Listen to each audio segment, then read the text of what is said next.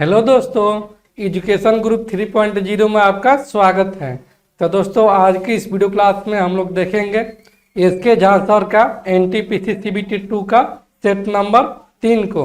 और दोस्तों, आपने अभी तक एजुकेशन ग्रुप 3.0 को सब्सक्राइब नहीं किया है तो प्लीज़ दोस्तों आपसे रिक्वेस्ट है कि आप इस चैनल को सब्सक्राइब करें, शेयर करें। तो चलिए दोस्तों, आज की इस वीडियो क्लास को हम लोग स्टार्ट करते हैं बिना कुछ देरी किए।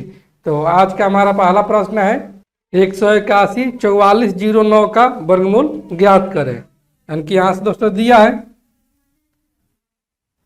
181 4409 इसका वर्गमूल ज्ञात करना है। तो दोस्तों इसका वर्गमूल ज्ञात कर लेंगे कि 181 4409 तो दो का पेयर बनेगा। यहाँ से ये जगह एक बार में ये एक काटकूट यानी कि 81 उतरेगा, यहाँ पर हो गया 1। अब दोस्तों कितने बार में जाएगा, यहाँ से आ गया ये 2, अब जाएगा ये 3 बार में 63 आई 69, यहाँ से आ गया 69, ये हो जाएगा 11 में से 9 हो जाएगा 2 और 7 में से 6 हो जाएगा 1 यानी कि 12 और यहाँ से होगा 3 3 6 और ये 2। अब उतरेगा दोस्तों 44, ये जाएगा दोस्तों कितने बार में, ये जाएगा 4 बार में। तो 4 बार में अगर इसको करते हैं तो हो जाएगा 4 चौके 16 के 6 हासिल 1, 6 चौके 24 और 1 25 के 5 हासिल 2, 4 दूनी 8 और 2 10, ये हो जाएगा 14 में से 6 हो जाएगा 8, ये हो जाएगा 13, 13 में से 5 जाएगा 8, ये हो जाएगा 1 इनकी 188। अब उतरेगा 0 9 और यहाँ से हो जाएगा 4 और 4 8 6 और 2। अब दोस्तों कितने बार में जा सकता है, यहाँ पर 9 है तो 9 किस में होता है, या तो 3 गुने 3 9, नहीं तो 7 गुने 7 9 होता है। यहाँ से हम करेंगे 7 से, यानी कि यहाँ से 7 से अगर करेंगे यहाँ पर 7 हो जाएगा तो ये हो जाएगा 7 7 49 के 9 हासिल 4, 7 8 56 और 4 60 के 0 हासिल 6, 7 6 42 और 6 48 के 8 हासिल 4, 7 में 14 और 4 18, यानी कि हमारा वर्गमूल आ गया 1347। इसलिए ऑप्शन हम लोग बी को टिक करेंगे। ठीक है दोस्तों, अगले प्रश्न की ओर बढ़ते हैं। अगला प्रश्न है जब एक साइकिल का मूल्य 20% कम किया गया तो बिक्री की गई साइकिलों की संख्या 20% बढ़ गई, तो दुकान की बिक्री पर क्या प्रभाव पड़ा। तो दोस्तों यहाँ से 2% दिया है, इसको हम बनाएंगे प्रोग्रेसिव मेथड से। क्योंकि एक तो दिया है माइनस का 20%, इनकी कमी हो रहा है तो माइनस का 20%, और दूसरा दिया है प्लस का 20% क्योंकि साइकिल की संख्या में 20% की वृद्धि हुई है, प्लस का 20%। तो दोस्तों प्रोग्रेसिव मेथड जो होता है वो होता है x plus minus y plus minus x y बटा में 100, यानी कि वृद्धि करेगा तो प्लस करेंगे और कमी करेगा तो माइनस करेंगे। तो यहाँ से दोस्तों हो जाएगा माइनस का 20 है, फिर प्लस का 20 है और प्लस माइनस का गुना माइनस, कि माइनस का 20 गुने में 20 और बटे में हो जाएगा 100, फिर 2 जीरो से 2 जीरो कैंसिल आउट और ये प्लस का 20 माइनस का 20 ये कट जाएगा। यहाँ से हमारा आ जाएगा माइनस का 4%, यानी कि इसका कुल प्रभाव पड़ा है वो पड़ा है 4% की कमी। इसलिए ऑप्शन हम लोग ए को टिक करेंगे।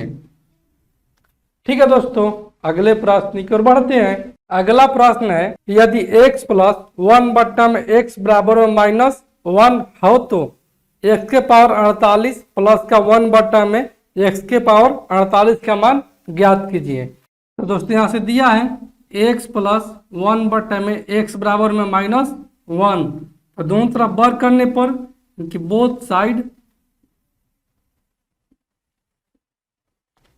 स्क्वायर करने पर ये हो जाएगा x प्लस 1 बट्टा में x का होल स्क्वायर और ये हो जाएगा माइनस 1 का होल स्क्वायर। ये दोस्तों हो जाएगा x स्क्वायर प्लस का 1 बट्टा में x स्क्वायर प्लस का हो जाएगा 2 बराबर में 1। यहाँ से हम लिख सकते हैं x स्क्वायर प्लस का 1 बट्टा में x स्क्वायर बराबर में 1 माइनस का 2, यहाँ से हो जाएगा माइनस का 1, यहाँ से x स्क्वायर एलसीएम हो जाएगा, यहाँ से आ जाएगा हमारा x के पावर 4 प्लस का 1 बट्टा में एक्स स्क्वायर बराबर माइनस का 1, तो ये चला जाएगा इधर, तो ये हो जाएगा गुना में, यानी कि एक्स के पावर 4 प्लस का 1 बराबर में हो जाएगा माइनस का एक्स स्क्वायर। ठीक है, तो दोस्तों यहाँ से हम लिख सकते हैं एक्स के पावर 4 बराबर में माइनस का एक्स स्क्वायर, ये इधर आएगा तो हो जाएगा माइनस का 1, माइनस का 1, यहाँ से हमारा आ जाएगा एक्स के पावर 4 बराबर में माइनस कॉमन लेंगे, तो यहाँ से हो जाएगा एक्स स्क्वायर प्लस का 1, और यहाँ से दोस्तों दिया है एक्स प्लस 1 बटा में एक्स बराबर माइनस 1, यहाँ से इसको हम लिख सकते हैं एलसीएम हो जाएगा एक्स, यानी कि एक्स स्क्वायर प्लस का 1 बराबर माइनस 1, इसको दोस्तों लिख सकते हैं हम ये एक्स स्क्वायर प्लस का 1 बराबर में माइनस का एक्स, ये इधर चला जाएगा, ये हो जाएगा गुना में, तो दोस्तों यहाँ से एक्स स्क्वायर प्लस 1 का मान कितना है माइनस एक्स, यहाँ से भर देंगे, देखिए एक्स के पावर 4 बराबर में हो जाएगा माइनस का, ये कितना है माइनस एक्स, यानी कि माइनस का एक्स, यहाँ से आ जाएगा हमारा एक्स के पावर 4 बराबर में एक्स, यहाँ से ये कट जाएगा, ये हो जाएगा एक्स के पावर क्यू बराबर में 1, यहाँ से एक्स बराबर में आ जाएगा हमारा 1। ठीक है दोस्तों, यहाँ से आगे एक्स का मान हमारा 1, और पूछा है प्रश्न में कि एक्स के पावर 48, एक्स के पावर 48 प्लस का 1 बटा में एक्स के पावर 48 का मान क्या होगा, तो यहाँ से एक्स का मान हमारा आया है 1, यहाँ से 1 भर देंगे, कि 1 के पावर 48 प्लस का 1 बटा में 1 के पावर 48, तो 1 के पावर कितना है भी रहेगा, तो ये हो जाएगा 1, यहाँ से हमारा आ जाएगा 1 प्लस का 1 बटा में 1, यानी कि 1 प्लस 1 यानी कि 2, इसलिए ऑप्शन हम लोग ए को टिक करेंगे। ठीक है दोस्तों, अगले प्रश्न की ओर बढ़ते हैं। अगला प्रश्न है 7 बच्चों के एक समूह की औसत उम्र जो है वो 12 वर्ष है, एक 6 वर्षीय बच्चा समूह छोड़कर चला जाता है और 2 वर्ष के बाद शेष सदस्यों की औसत उम्र क्या होगी। 7 बच्चों की एक समूह की औसत उम्र जो दिया है वो 12 वर्ष दिया है, यहाँ से हो जाएगा 7 बच्चों की एवरेज दिया है, वो दिया है 12 वर्ष, तो इसका जो कितना हो जाएगा, जोग हो जाएगा 12 इंटू का 7 यानी कि 84 वर्ष, ये 7 बच्चों का उम्र का जोग आ गया, जिसमें कि एक 6 वर्षीय बच्चा समूह छोड़कर चला जाता है, ये माइनस का 6 हो जाएगा, ये कितना हो जाएगा, ये हो जाएगा 14 में से 6 हो जाएगा 8 और ये 7, ये शेष सदस्यों की उम्र जो हो गया वो बच गया अब 78, लेकिन 2 वर्ष के बाद बोला है, तो दोस्तों 2 वर्ष के बाद बोला है तो टोटल कितना वृद्धि होगा, टोटल वृद्धि जो होगा आयु में वो होगा 2, और कितना व्यक्ति है, टोटल व्यक्ति बच गया अब 6, क्योंकि एक तो चला गया है, यहाँ से गुना हो जाएगा 6, यानी कि 12 वर्ष की वृद्धि के बाद बोल रहा है कि शेष सदस्यों की औसत उम्र क्या होगी। तो दोस्तों इसमें जोड़ देंगे तो ये हो जाएगा 6 सदस्यों की आयु का जोग वो हो जाएगा 78 प्लस का 12, यानी कि 8 और 2 10, 7 1 8 और 1 9, यानी कि 90 वर्ष। तो बोला है कि इसका औसत क्या होगा, यहाँ से एवरेज हो जाएगा, एवरेज बराबर में टोटल परिणामों का जोग बटा टोटल परिणामों की संख्या, यानी कि कितना सदस्य है 6 है, तो बटे में हो जाएगा 6, एक कर देगा 15 छक्का 90, कि शेष से सदस्यों का औसत उम्र आ गया वो आ गया 15 वर्ष, इसलिए ऑप्शन हम लोग डी को टिक करेंगे। ठीक है दोस्तों, अगले प्रश्न की ओर बढ़ते हैं। अगला प्रश्न है किसी वस्तु का क्रय मूल्य उसके अंकित मूल्य का 80% है, 12% का बट्टा देने के बाद व्यापारी का लाभ प्रतिशत क्या होगा। तो दोस्तों यहाँ से दिया है क्रय मूल्य जो है उसके अंकित मूल्य का 80% है, कि सीपी जो है वो एमपी का 80% है, कि 80 बट्टा में 100 है, यहाँ से सीपी और एमपी का कितना हो जाएगा अनुपात, वो हो जाएगा 80 बट्टे में 100। ठीक है, और 12% का बट्टा देने के बाद क्योंकि डिस्काउंट किसको देगा, तो डिस्काउंट जो देगा वो देगा अंकित मूल्य पर, यानी कि अगर 100 का अगर 12% निकालेंगे तो ये हो जाएगा 12 रुपया, कि 12 रुपया डिस्काउंट देता है, तो कितने पर बेच रहा है, वो बेच रहा है, यानी कि यहाँ से एसपी आ जाएगा 100 में से 12 देगा, यानी कि ये हो जाएगा 88 रुपया। ठीक है, तो बोल रहे कि इसका लाभ प्रतिशत क्या होगा। तो दोस्तों यहाँ खरीदा है कितना में 80 में और बेचा है 88 में, क्योंकि उसका प्रॉफिट हो रहा है 8 रुपये का, और किससे हो रहा है तो 80 रुपये से हो रहा है, तो हो जाएगा बट्टे में 80 गुने का 100, ये 10 दाना 80 और ये 10 दाना का 100, क्योंकि प्रॉफिट बराबर में आ जाएगा 10%। इसलिए ऑप्शन बी को हम लोग टिक करेंगे। ठीक है दोस्तों, अगले प्रश्न की ओर बढ़ते हैं। अगला प्रश्न है, दो समान लंबाई की ट्रेनें किसी खंबे को क्रमशः 7 और 9 सेकंड में पार करती हैं। वे परस्पर एक दूसरे को कितनी देर में पार करेगी अगर वे विपरीत दिशा से आ रही हो तो। यहाँ से दिया है दोनों ट्रेनें की समय, उनकी टाइम का यहाँ से दिया है 7:9 दिया है। यहाँ से चाल का अनुपात निकाल देंगे तो चाल का अनुपात जो हो जाएगा इसका जस्ट उल्टा हो जाएगा, इनकी 9:7 हो जाएगा। ठीक है, यहाँ से दूरी निकाल देंगे दोनों ट्रेन की, दोनों ट्रेन की दूरी का अनुपात हो जाएगा 9 7 63 और ये 7 9 63, 63:63, क्योंकि दोनों समान लंबाई की है तो दोनों के समान लंबाई आ गया कि ट्रेन की लंबाई, और ये विपरीत दिशा में पार कर रही है। विपरीत दिशा में जब पार करेगी तो इन दोनों का रिलेटिव स्पीड जो हो जाएगा वो जुड़ जाएगा कि 9 और 7 16, ये 16 बराबर में हो जाएगा, और ये पार जो करेगी वो अपने लंबाई के जोग के बराबर पार करेगी। तो इसी को पार करने में जो समय लगेगा वो हो जाएगा हमारा सही उत्तर, क्योंकि 63 प्लस का 63 यानी कि ये हो जाएगा 126 और बट्टे में हो जाएगा टी। जहाँ से टी बराबर में हमारा आ जाएगा 126 बट्टे में 16, ये कट जाएगा 8 दूनी 16 और ये 6 दूनी 12 और ये 3 दूनी 6, क्योंकि यहाँ से हमारा आ गया समय वो 63 बट्टा में 8 सेकेंड। इसलिए ऑप्शन हम लोग ए को टिक करेंगे। ठीक है दोस्तों, अगले प्रश्न की ओर बढ़ते हैं। अगला प्रश्न है, यदि 3 संख्याओं का महत्तम समापवर्त 36 हो तथा उन संख्याओं के बीच अनुपात जो है 29:39 का अनुपात हो तो वे संख्या क्या होगी। क्योंकि एसीएफ यहां से दिया है, एसीएफ दिया है 36 और संख्या का अनुपात दिया है, वह दिया है 29:39। यहाँ से संख्या कितना हो जाएगा, यहाँ से संख्या हो जाएंगी रियल में वो संख्या हो जाएंगी, क्योंकि एसीएफ 36 है, इनकी जो एसीएफ जो होता है संख्या का गुणनफल नहीं होता है। यहाँ से हो जाएगा संख्या, यानी कि 29 इंटू का 36 अनुपात का हो जाएगा 39 इंटू का 36 और अनुपात का हो जाएगा 49 इंटू का 36।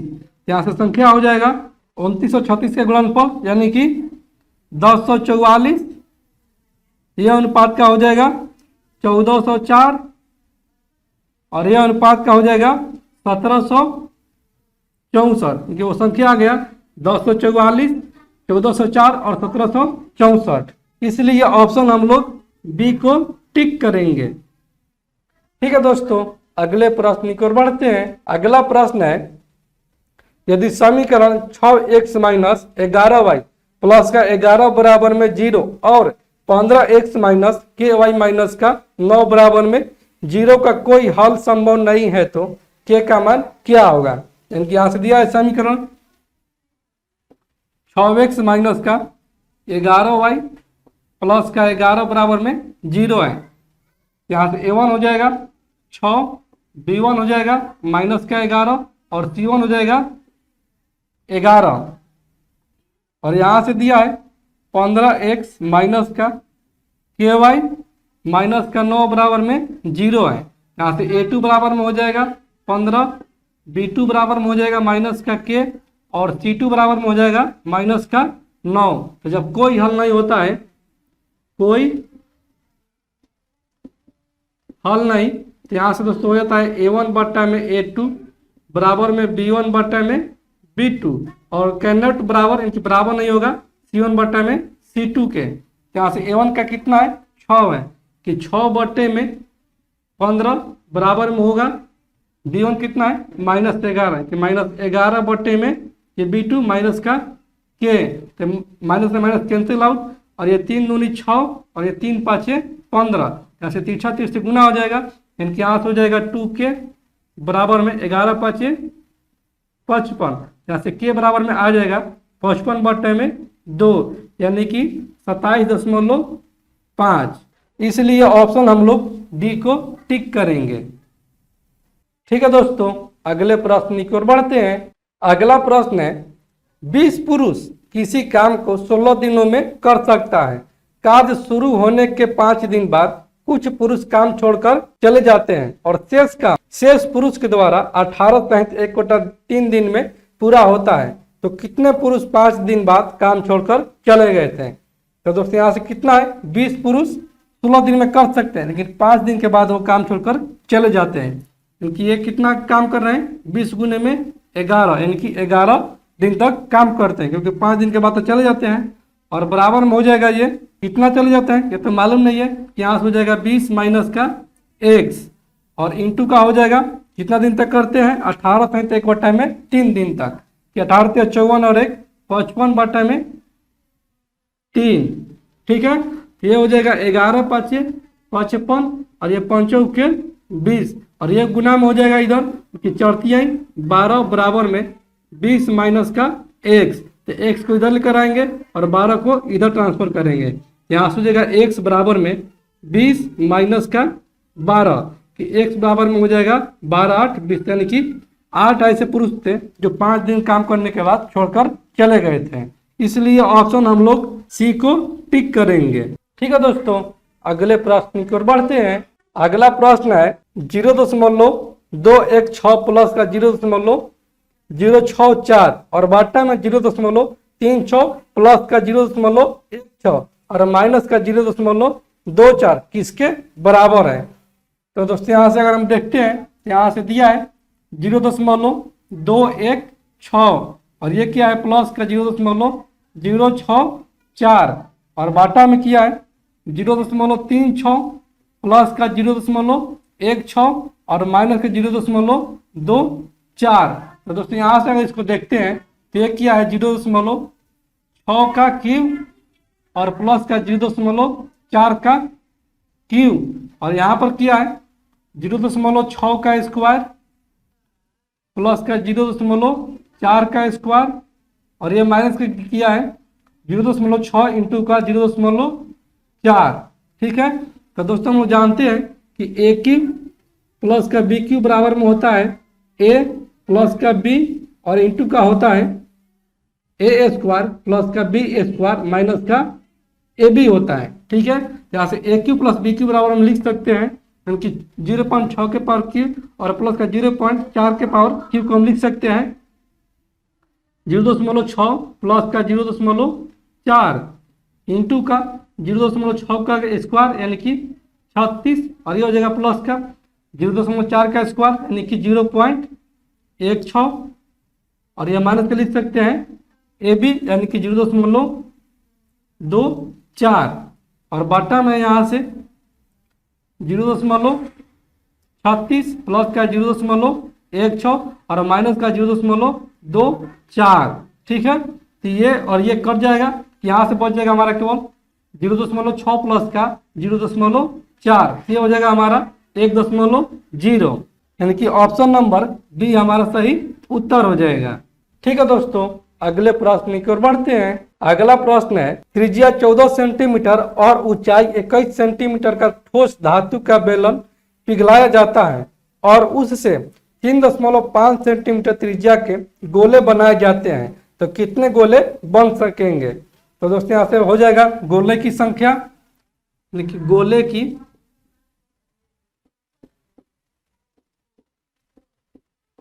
संख्या बराबर में हो जाएगा ठोस धातु के बेलन का आयतन, यानी कि धातु के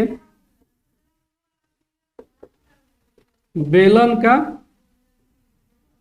आयतन और बटे में हो जाएगा 3.5 सेंटीमीटर त्रिज्या वाले गोले का आयतन, कि गोले का आयतन। तो बेलन का आयतन कितना होता है? बेलन का आयतन होता है पाई आर स्क्वायर एच और गोले का आयतन होता है 4/3 पाई आर क्यू।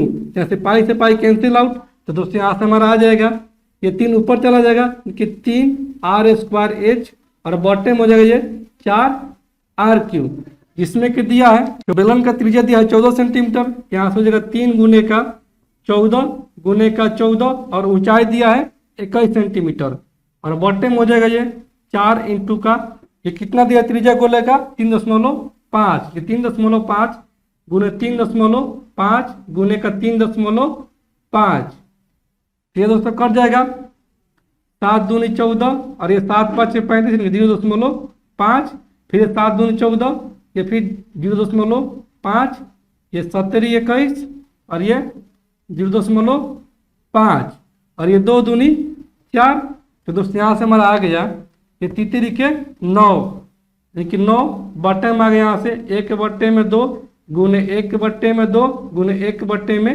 2 ये चला जाएगा सब ऊपर यानी कि यहाँ से हमारा हो जाएगा 9 गुने 2 दूनी 4 दूनी 8 यानी कि गोलों की संख्या आ गई यहाँ से हमारा 72 इसलिए ये ऑप्शन हम लोग सी को टिक करेंगे। ठीक है दोस्तों अगले प्रश्न की ओर बढ़ते हैं। अगला प्रश्न है एक व्यवसाय में राम और दीपक ने कुल पूंजी निवेश का 3/5 तथा 2/5 निवेशित की है। यदि कुल निवेश 800 रुपया है तो राम द्वारा निवेशित राशि कितना होगा।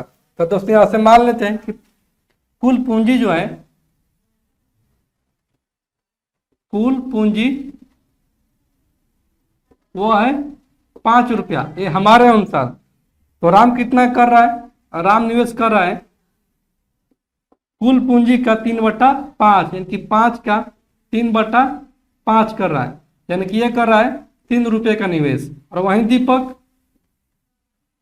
दीपक कर रहा है कुल पूंजी का 2/5 यानी कि 5 का 2/5 कर रहा है। तो 5 से 5 कैंसिल आउट यहाँ से ये कर रहा है 2 रुपया जिसमें कि कुल निवेश जो है वो 800 रुपये का है कि 5 का मान दिया है 800 रुपया। तो यहाँ से 1 का मान हो जाएगा 800 बट्टे में 5 ये कर जाएगा 16 बार में यानी कि 160 यहाँ 1 का मान आ गया। तब पूछा है हमसे क्या राम द्वारा निवेशित राशि क्या है। तो राम द्वारा निवेशित राशि हमारे से कितना है 3 रुपया है। यहाँ से 3 बराबर में हो जाएगा 160 इंटू का 3 यानी कि 16 तिया 48 यानी कि 480 रुपया जो है वो राम द्वारा निवेशित पूंजी है। इसलिए ऑप्शन हम लोग ए को टिक करेंगे। ठीक है दोस्तों अगले प्रश्न की ओर बढ़ते हैं।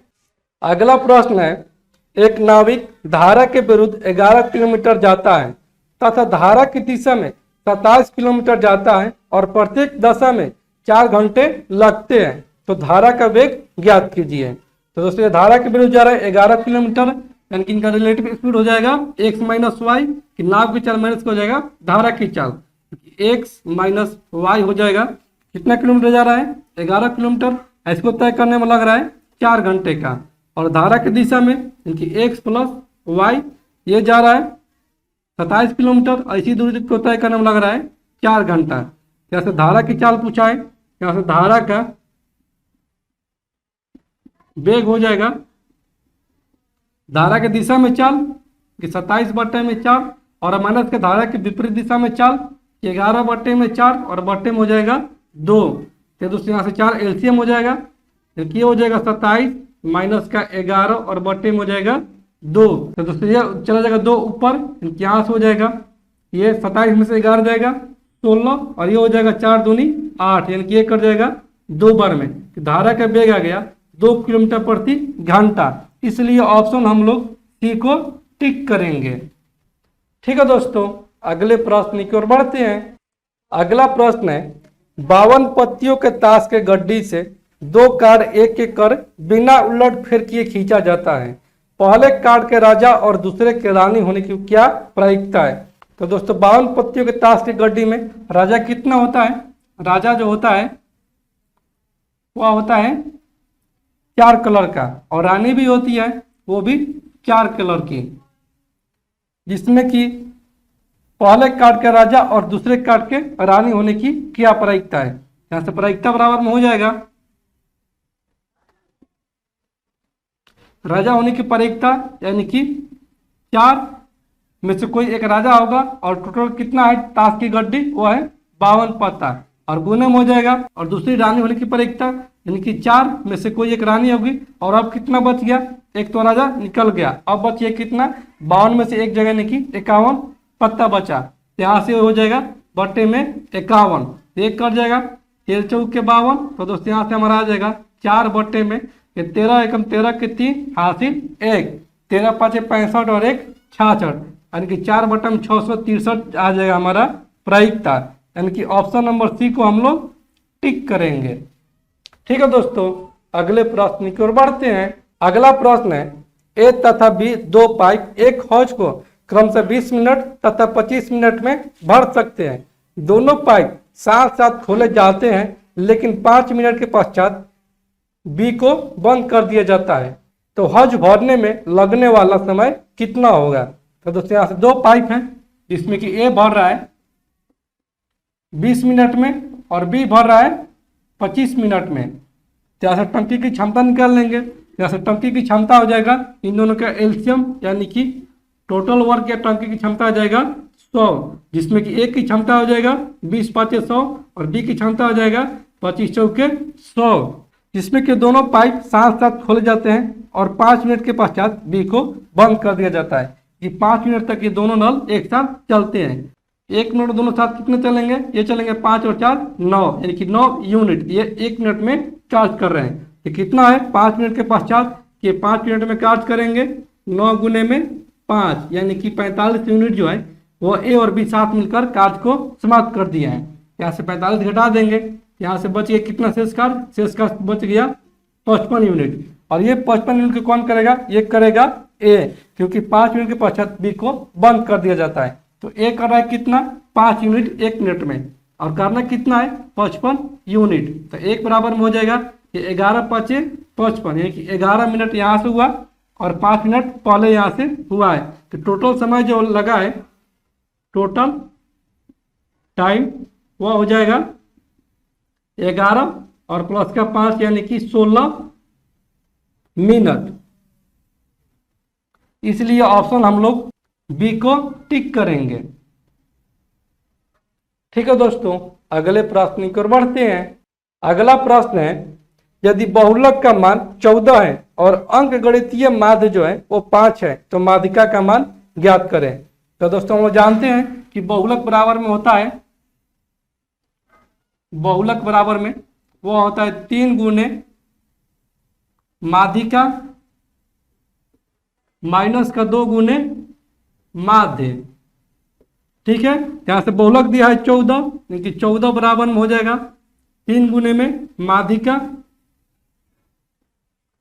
और माइनस का 2 गुने में माध्य कितना दिया है? 5 दिया है। ये आ जाएगा इधर, तो ये हो जाएगा प्लस में, क्योंकि 14 प्लस का हो जाएगा 5 दूनी 10 और बराबर में हो जाएगा 3 गुने में माध्यिका। यहाँ से ये हो जाएगा 10 और 14, यानी कि ये हो जाएगा 24। 24 बराबर में हो जाएगा 3 गुने में माध्यिका। ये कट जाएगा 8 बार में, क्योंकि माध्यिका बराबर में हमारा आ गया वो 8 है। इसलिए ऑप्शन हम लोग ए को टिक करेंगे। ठीक है दोस्तों, अगले प्रश्न की ओर बढ़ते हैं। अगला प्रश्न है यदि x बराबर में -2 हो तो x³ minus x square minus x minus 1 का मान क्या होगा? तो दोस्तों यहाँ से x बराबर दिया है -2 और पूछा है x³ माइनस का एक्स स्क्वायर माइनस का x माइनस का 1 बराबर में क्या?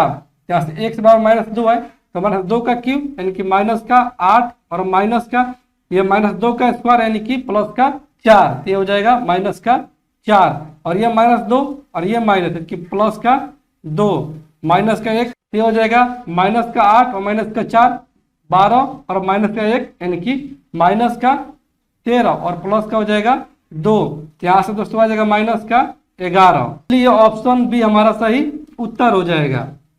ठीक है दोस्तों, अगले प्रश्न की ओर बढ़ते हैं। अगला प्रश्न है नीचे दी गई आकृति में कोण ABC का मान क्या होगा? आकृति दिया है, वह दिया है यह एक वृत्त है और वृत्त में एक त्रिभुज दिया है, तो यहां से ये ऐसे कर दिया है और इसका नाम दिया है A B C और ये D और इस कोण D का मान दिया है 60 डिग्री। तब पूछा है कोण ABC यानी कि ए वाला मान पूछा है। तो दोस्तों हम जानते हैं वृत्त के अंदर एक ही चाप द्वारा वृत्त के केंद्र पर बना जो कोण होता है वो वृत्त के परिधि पर बने कोण का दोगुना होता है। यानी कि यहां से हो जाएगा कोण डी बराबर में कोण बी का दोगुना। तो यह कोण डी बराबर कितना है 60 डिग्री है और कोण बी निकालना है और गुने में 2 तो एक कट जाएगा 30 बार में कि 30 डिग्री बराबर में आ गया हमारा कोण बी कि कोण बी का मान आ गया 30 डिग्री, जिसमें कि इसका नाम दिया है कोण ए बी सी कि कोण ए बी सी। तो कोण ए बी सी हमारा आ गया 30 डिग्री, इसलिए ऑप्शन हम लोग ए को टिक करेंगे। ठीक है दोस्तों, अगले प्रश्न की ओर बढ़ते हैं। अगला प्रश्न है किसी एक शरबत में 15% चीनी है तथा दूसरे शरबत में 5% चीनी है। पहले शरबत के 20 लीटर में दूसरे शरबत का कितना लीटर मिलाया जाए जिससे नए शरबत में 10% चीनी हो जाए। यानी कि परसेंटेज दिया है 3 तो इसको एलिगेशन मेथड से बनाएंगे कि पहला परसेंटेज दिया है 15%, दूसरा दिया है 5% और कितना मिलाना है इनकी 10% दिया है और पहले शरबत का दिया है मात्रा 20 लीटर। ठीक है, तो ये हो जाएगा 10 में से 5 जाएगा 5 और ये 15 में से 10 जाएगा 5, यानी कि यहां से आ गया 1:1। यहां से 1 का मान दिया है 20 और मिलाना कितना है यहां से 1 मिलाना है तो इसका मान हो जाएगा, इसका अनुपात कितना है 1 है क्योंकि 20 लीटर ही हमको मिलाना पड़ेगा, अब जाके नए शरबत में 10% चीनी हो जाएगा। इसलिए ऑप्शन हम लोग डी को टिक करेंगे। ठीक है दोस्तों, अगले प्रश्न की ओर बढ़ते हैं। अगला प्रश्न है निम्न में कौन सा सही है, tan 60 डिग्री बराबर में क्या होगा। तो दोस्तों हम लोग जानते हैं कि tan 90 माइनस थीटा बराबर में होता है cot थीटा। यहां से दिया है tan 60 डिग्री, tan 60 डिग्री। तो दोस्तों इसको हम लिख सकते हैं tan 90 माइनस का 30, लेकिन 90 में से 30 जाएगा तो हो जाएगा 60 और इसका मान हो जाएगा कितना दोस्तों, यहाँ पर हो जाएगा कोट का 30 डिग्री क्योंकि जो यहाँ पर थीटा का मान है वहीं पर हो जाएगा कोट थीटा का मान, यानी कि यहाँ से हो जाएगा tan 60 डिग्री का मान कोट 30 डिग्री। इसलिए ऑप्शन हम लोग ए को टिक करेंगे। ठीक है दोस्तों, अगले प्रश्न की ओर बढ़ते हैं। अगला प्रश्न है किसी संख्या का 1/24 17 है तो उसी संख्या का 150% क्या होगा। तो दोस्तों मान लेते कि वो संख्या जो है वह x है, तो x का 1/24 जो है वह है 17। यहां से x बराबर में हो जाएगा 17 इंटू का 24 और उसी संख्या का इसी संख्या का 150% क्या होगा। यहाँ से हो जाएगा 150 बटे में 100, ये 50 ती आई 150 और ये 50 दूनी 100 और ये 12 दूनी 24, यानी कि इस संख्या का 150% आ जाएगा। 12 तिया 36, यानी कि 17 गुने में 36, छक दिलोत्तर यानी कि 2 हासिल 10, 17 तिया 51, 51 और 10 61, यानी कि 612 हो जाएगा इस संख्या का 150%। इसलिए ऑप्शन सी को हम लोग टिक करेंगे। ठीक है दोस्तों, अगले प्रश्न की ओर बढ़ते हैं। अगला प्रश्न है 18,000 मासिक आय वाले किसी व्यक्ति का मासिक बजट प्लान निम्न वृत्ता आरेख में दिया गया है। वृत्तारेख का अध्ययन करें और प्रश्न संख्या 22 से लेकर 24 तक के उत्तर दें, जिसमें कि यहां से दिया है वृत्तारेख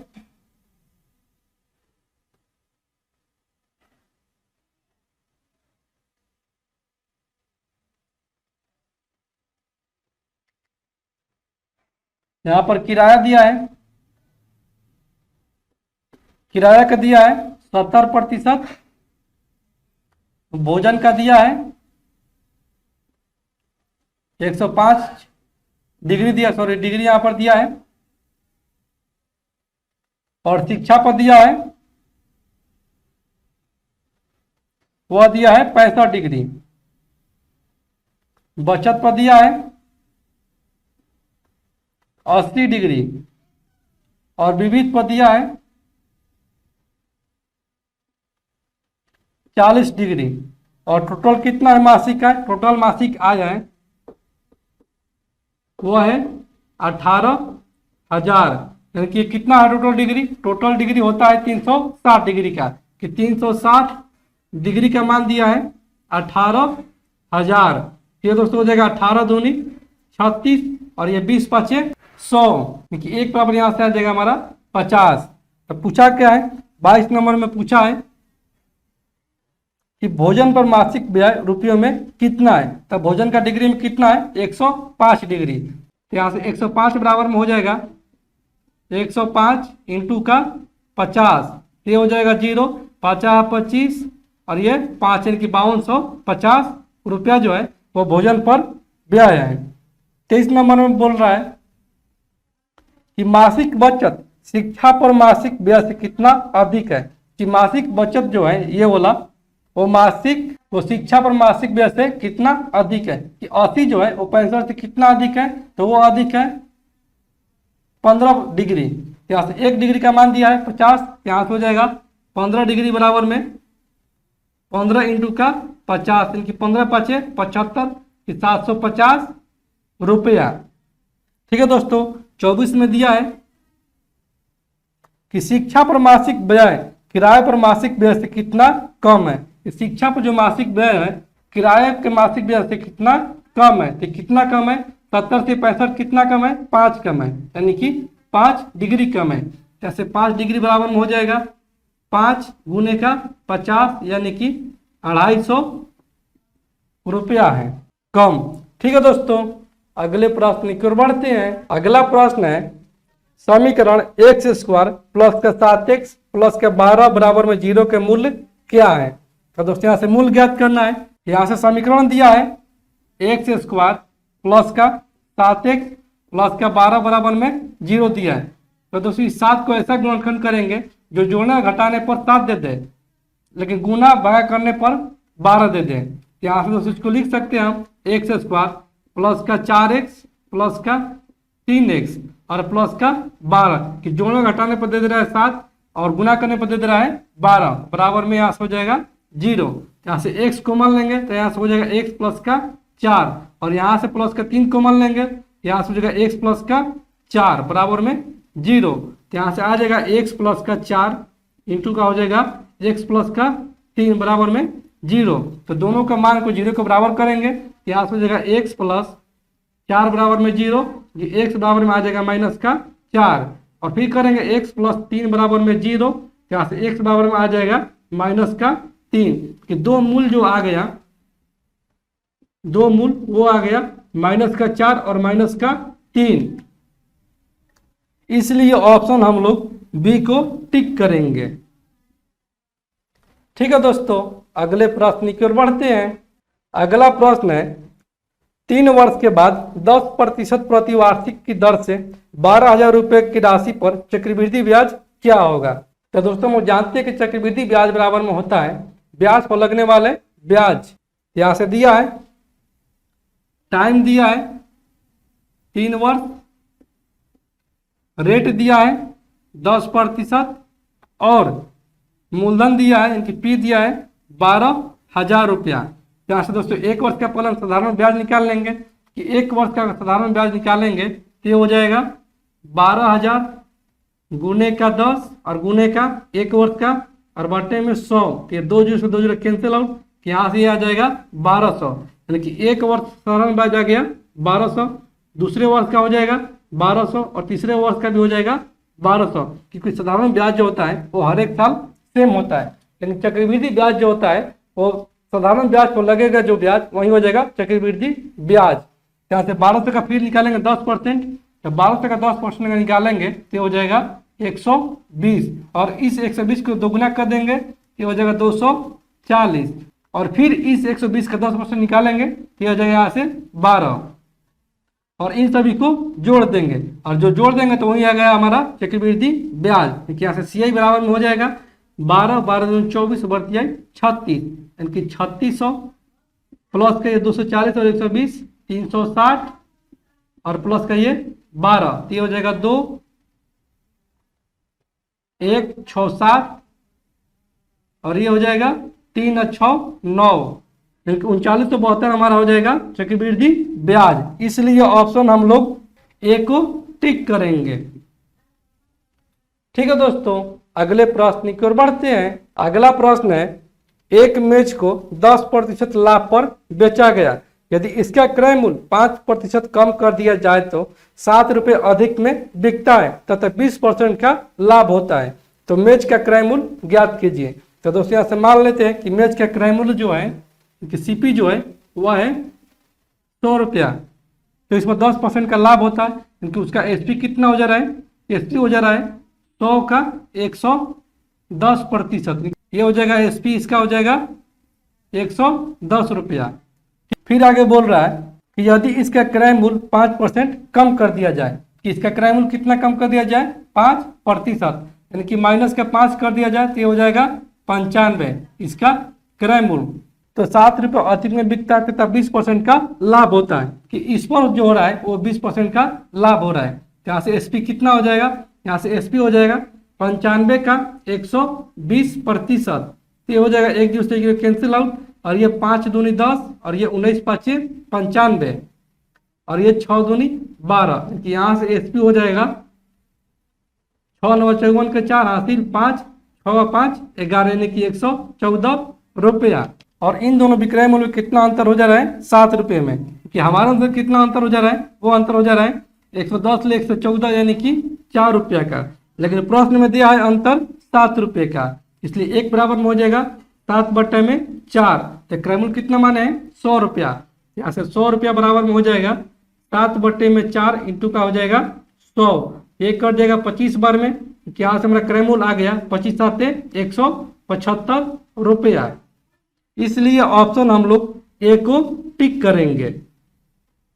ठीक है दोस्तों, अगले प्रश्न की ओर बढ़ते हैं। अगला प्रश्न है, 3 सहित 1/3 मीटर प्रति सेकंड की गति को किलोमीटर प्रति घंटा में व्यक्त किया जाए तो वह कितना होगा, कि मीटर प्रति सेकंड से हमको बदलना है किलोमीटर प्रति घंटा में, तो यहाँ से कितना दिया मीटर प्रति सेकंड में चाल, यहाँ से दिया है मीटर प्रति सेकंड में चाल, वो दिया है 3 सहित 1/3, यानी कि 3 9 और 1 10/3, ये मीटर प्रति सेकंड में, इसको किलोमीटर प्रति घंटा में बदलेंगे, किलोमीटर प्रति घंटा में अगर इसको बदलेंगे तो इसको करना पड़ेगा 10/3 और बुरे में करना पड़ेगा 18/5, एक कर जाएगा 3 6 18 और ये 5 दूनी 10, किलोमीटर प्रति घंटा में आ गया 12 किलोमीटर प्रति घंटा, इसलिए ऑप्शन हम लोग डी को टिक करेंगे।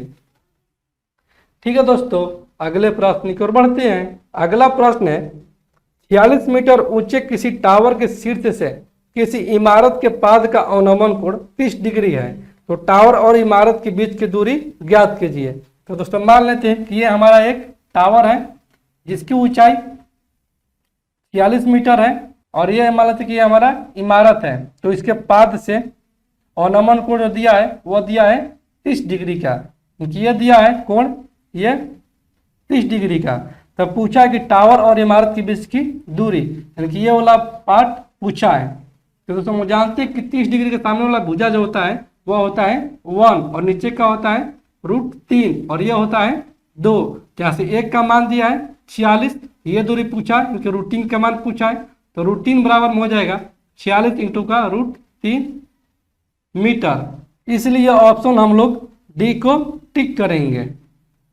ठीक है दोस्तों, अगले प्रश्न की ओर बढ़ते हैं। अगला प्रश्न है, यदि 25, 35 और p क्रमित अनुपात में है तो p का मान ज्ञात करें, यानी कि तृतीय अनुपात यहाँ से पूछा है। तो दोस्तों यहाँ से तृतीय अनुपात बराबर में होता है, तृतीय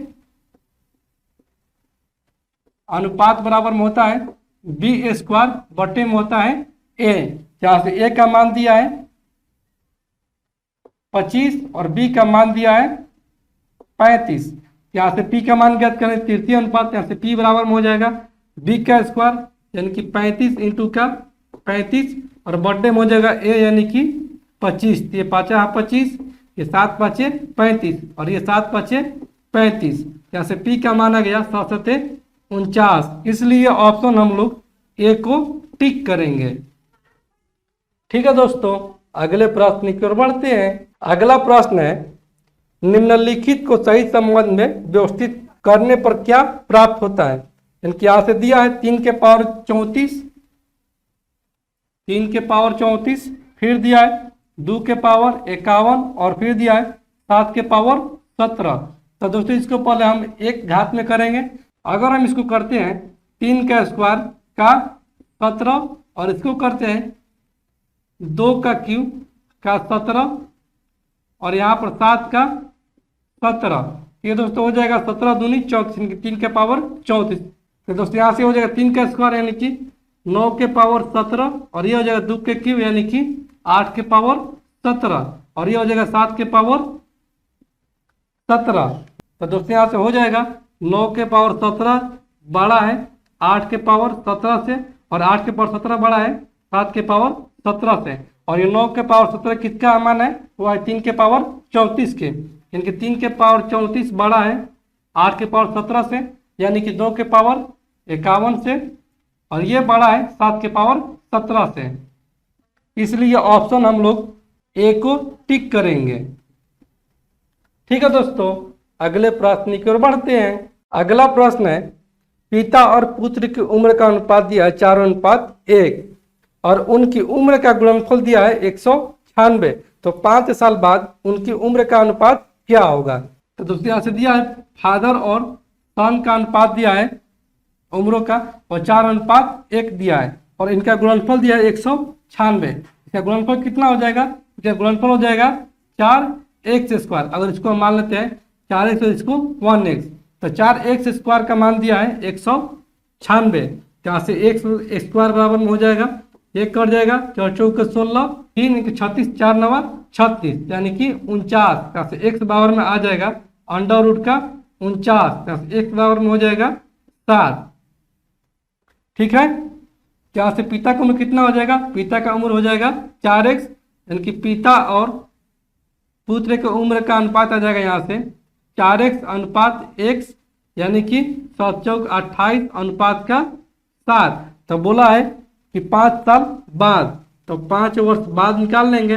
5 वर्ष बाद तो दोस्तों दोनों में 5 वर्ष जोड़ देंगे कि प्लस का 5 इधर करेंगे और इधर करेंगे प्लस का 5, तो ये हो जाएगा 28 से 5 33 अनुपात का ये हो जाएगा 7 है 5 12, एक कर देगा 11 या 33 और ये 3 चौके 12, क्योंकि पिता और पुत्र के 5 साल के बाद आयु का अनुपात आ गया 11:4, इसलिए ऑप्शन हम लोग ए को टिक करेंगे। ठीक है दोस्तों, अगले प्रश्न की ओर बढ़ते हैं। अगला प्रश्न है एक वृत्ताकार मैदान का अर्धव्यास 80 मीटर है और एक वृत्त का चाप केंद्र पर 126 डिग्री का कोण सबटेंड करता है, तो इस भाग पर 5 रुपये प्रति वर्ग मीटर की दर से टाइल लगवाने में कितनी लागत आएगी। यहाँ से हो जाएगा टाइल लगवाने का खर्च, टाइल लगवाने का खर्च बराबर में हो जाएगा वृत्तखंड का क्षेत्रफल, वृत्त खंड का क्षेत्रफल और गुने में हो जाएगा रुपया।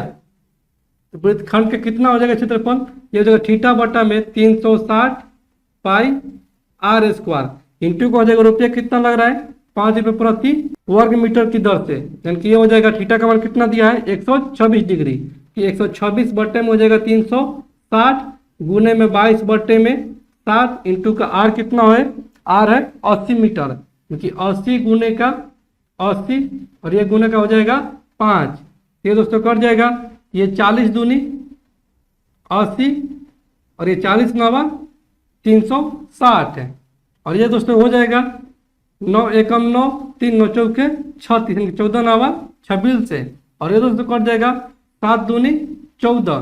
तो दोस्तों यहाँ से हमारा आ जाएगा 2 गुने 22 गुने का 2 गुने 80 गुने का 5, ये हो जाएगा 2 दूनी 4 और 22 चौक 88 की 88 इंटू का ये 80 5 400। तो दोस्तों यहाँ से हमारा आ जाएगा 00 ये 8 चौक 32 को 2 हासिल 3 और चौक 32 और 3 35,200 रुपया, इसलिए ऑप्शन हम लोग डी को टिक करेंगे। ठीक है दोस्तों, अगले प्रश्न की ओर बढ़ते हैं। अगला प्रश्न है 6450 रुपये के कर्ज को 5% साधारण ब्याज की दर से 4 वर्ष में चुकाने के लिए वार्षिक किस्त क्या होगी। तो दोस्तों यहाँ से दिया है 5%, तो मान लेते हैं तो दोस्तों यहाँ से मान लेते हैं कि वार्षिक किस्त जो है वह 100 रुपया है, यानी कि वार्षिक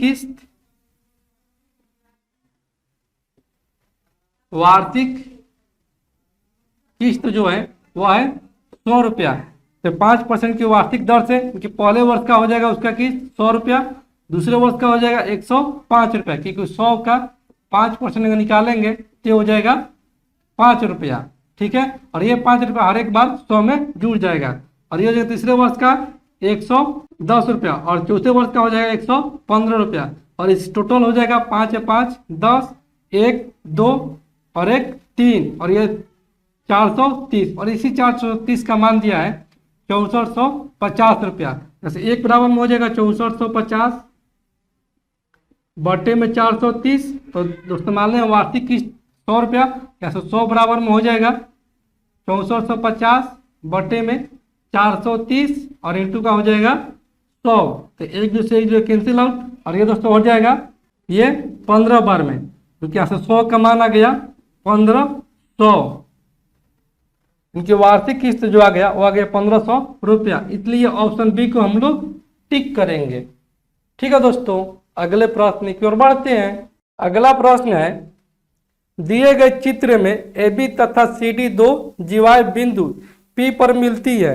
यदि AB बराबर में 5 सेंटीमीटर, PB बराबर में 3 सेंटीमीटर तथा PD बराबर में 4 सेंटीमीटर हो तो CD की लंबाई ज्ञात कीजिए। तो दोस्तों यहाँ से एक तो वृत्त दिया है जिसकी जीवाएं जो है वो P बिंदु पर मिल रही है। ये एक जीवा हो गया और ये दूसरी जीवा हो गया, और ये दोनों मिल रहे बिंदु P पर। मान लेते कि यहाँ पर P बिंदु है, ये AB जीवा हो गया, A B और ये C और D, जिसमें कि दिया है AB बराबर में 5 सेंटीमीटर, ये वाला दिया है 5 सेंटीमीटर, और ये वाला दिया है 3 सेंटीमीटर, और ये वाला दिया है DP 4 सेंटीमीटर, और ये वाला मान पूछा है, यानी मान लेते कि ये है x।